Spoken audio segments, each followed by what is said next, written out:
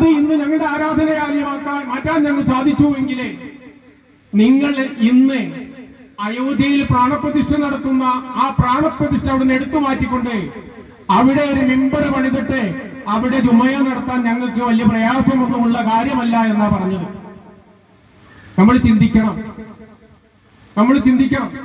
എനിക്ക് ആ പറഞ്ഞ ആളുകളോട് ഒരു കാര്യം സൂചിപ്പിക്കാനുള്ളത്, 921 ഹിന്ദു അല്ല ഇന്നുള്ള ഹിന്ദു എന്നൊന്ന് മനസ്സിലാക്കി അവർ വരുന്നത് നല്ലതാണെന്ന് മാത്രമേ എനിക്ക് പറയാനുള്ളത്. അന്ന് നല്ലതാണ്. കാരണം അന്ന് ജാതീയമായ ചിന്താഗതിയിലൂടെ തന്റെ തൊട്ടടുത്തുള്ള വീട്ടുകാരനെ തൊട്ടുകൂടായ്മ ചിന്തിച്ചിരുന്ന കാലഘട്ടത്തിൽ അവർക്കത് സൗകര്യപൂർവ്വം ചെയ്തു പോകാൻ പറ്റി എന്നുണ്ടെങ്കിൽ ഇന്ന് അത്തരത്തിൽ കഴുത്ത് കാണിച്ചു കൊടുക്കാൻ നമ്മൾ തയ്യാറല്ല. അതൊന്ന് മനസ്സിലാക്കുന്നത് നല്ലതാണ്. അതുകൊണ്ട് എനിക്ക് പറയാനുള്ളത്, നമ്മൾ ഉണർന്ന് പ്രവർത്തിക്കേണ്ട ഒരു കാലഘട്ടത്തിലൂടെയാണ് നമ്മൾ മുമ്പോട്ട് പോയിക്കൊണ്ടിരിക്കുന്നത്. നമുക്കറിയാം, നമ്മുടെ ഇപ്പൊ അടുത്ത ദിവസം പാർലമെന്റിൽ ഇപ്പൊ രാമകുട്ടിയാണ് പറഞ്ഞ സമയത്ത് സൂചിപ്പിക്കുന്ന ഞാൻ കരുതിയത്, പാർലമെന്റിൽ വഖഫ് ബോർഡിനെ സംബന്ധിച്ചുള്ള ഭേദഗതി ബില്ല് പാസ്സായി. ഇത് പാസ്സാക്കുന്ന സമയത്ത് നമ്മുടെ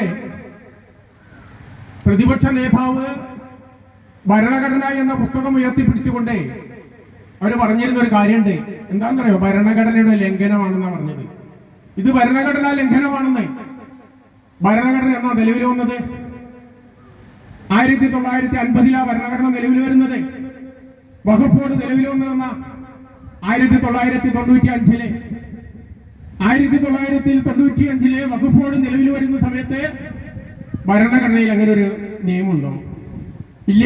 പിന്നെ എങ്ങനെ ഈ ഭരണഘടന ഉയർത്തിപ്പിടിച്ചുകൊണ്ട് ഭരണഘടന ലംഘനമാണെന്ന് പറയാ?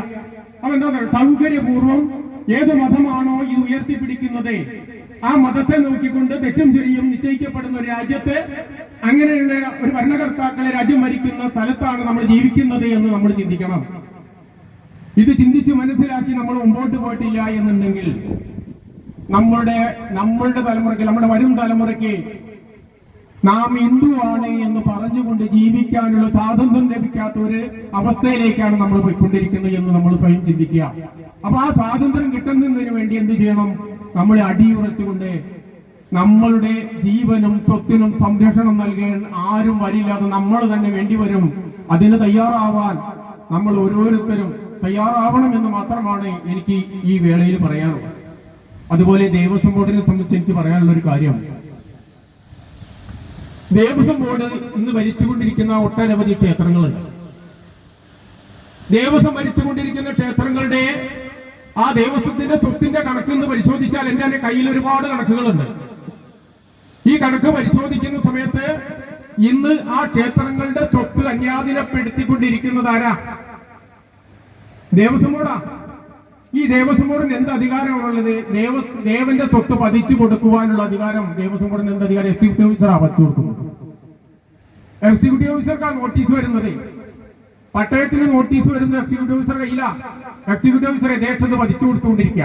എക്സിക്യൂട്ടീവ് ഓഫീസർക്ക് ക്ഷേത്രത്തിന് ഭൂമി വച്ചു കൊടുക്കാൻ അധികാരം, അത് ദേവന് അധികാരപ്പെട്ടതല്ലേ? ഞാൻ നിങ്ങളുടെ മുമ്പിൽ മറ്റൊരു ചോദ്യം കൂടി ചോദിക്കാം. ഇവര് പറയുന്ന ഒരു സംവിധാനമുണ്ട് ഇപ്പോ, എന്താ വഖഫ് ബോർഡിന്റെ കാര്യത്തില്. വഖഫ് സ്വത്ത് അല്ലാഹുവിന്റെ സ്വത്താണെന്നാ പറയുന്നത്. വഖഫ് സ്വത്ത് അല്ലാഹുവിന്റെ സ്വത്താണെന്നാ പറയുന്നത്. വഖഫ് സ്വത്ത് അല്ലാഹുവിന്റെ സ്വത്താണെങ്കിൽ ഞാൻ ചോദിക്കട്ടെ, ഇവിടെയുള്ള ദേവസ്വങ്ങളുടെ സ്വത്ത് ദേവന്റേതാ. ആ ദേവന്റെ സ്വത്ത് ഇന്ന് കയ്യേറിയിട്ടുണ്ടെങ്കിൽ അത് ദേവന്റേതാണ്, ഹിന്ദുവിന്റേതാണെന്ന് പറയാനുള്ള ആർജവം എന്തുകൊണ്ട് ഈ രാഷ്ട്രീയക്കാരൻ കാണിക്കുന്നില്ല? എന്തുകൊണ്ടാണ് കാണിക്കാത്തത്? അത് കാണിക്കാതിരിക്കുന്നതിന്റെ കാരണം ഇവിടെ നമ്മൾ സംഘടിതരല്ല, അപ്പുറത്തുള്ളത് സംഘടിത വിഭാഗമാണ്. അപ്പൊ ആ സംഘടിത വിഭാഗത്തിന്റെ വോട്ടാണ് അവന് ആവശ്യം. അസംഘടിതരായ നമ്മളെ മുഖവിലേക്ക് എടുക്കുന്നില്ല. അതാണ് രാമൻകുട്ടിയേട്ടൻ നേരത്തെ നിങ്ങളുടെ മുമ്പിൽ സൂചിപ്പിച്ചത്. നമ്മള് സംഘടിതരാവണം. ആ സംഘടിത ശക്തി ഉപയോഗിക്കേണ്ട സമയത്ത് ഉപയോഗിക്കേണ്ട സ്ഥലത്ത് ഉപയോഗിച്ചുകൊണ്ട് നമ്മളുടെ ആ കാര്യങ്ങൾ നേടിയെടുക്കുവാൻ നമ്മൾ തയ്യാറാവണം. അല്ലാതെ ഞാൻ ചോദിക്കട്ടെ, നമ്മളുടെ ക്ഷേത്രത്തിലെ കാണിക്ക അർപ്പിക്കുന്ന പണം എടുത്തുകൊണ്ടു പോകുന്നതിന് മാത്രം ഒരു ദേവസ്വം ബോർഡിന്റെ ആവശ്യമുണ്ടോ? അങ്ങനെ ഒരു ദേവസ്വത്തിന്റെ ആവശ്യമുണ്ടോ? ആ ദേവസ്വത്തിന്റെ സമ്പത്ത് സംരക്ഷിക്കേണ്ട ബാധ്യത ദേവസ്വം ബോർഡിനില്ലേ? അങ്ങനെ എവിടെയെങ്കിലും ദേവസ്വം ബോർഡ് ചെയ്യുന്നുണ്ടോ? ഒരു സ്ഥലത്തും ചെയ്യുന്നില്ല.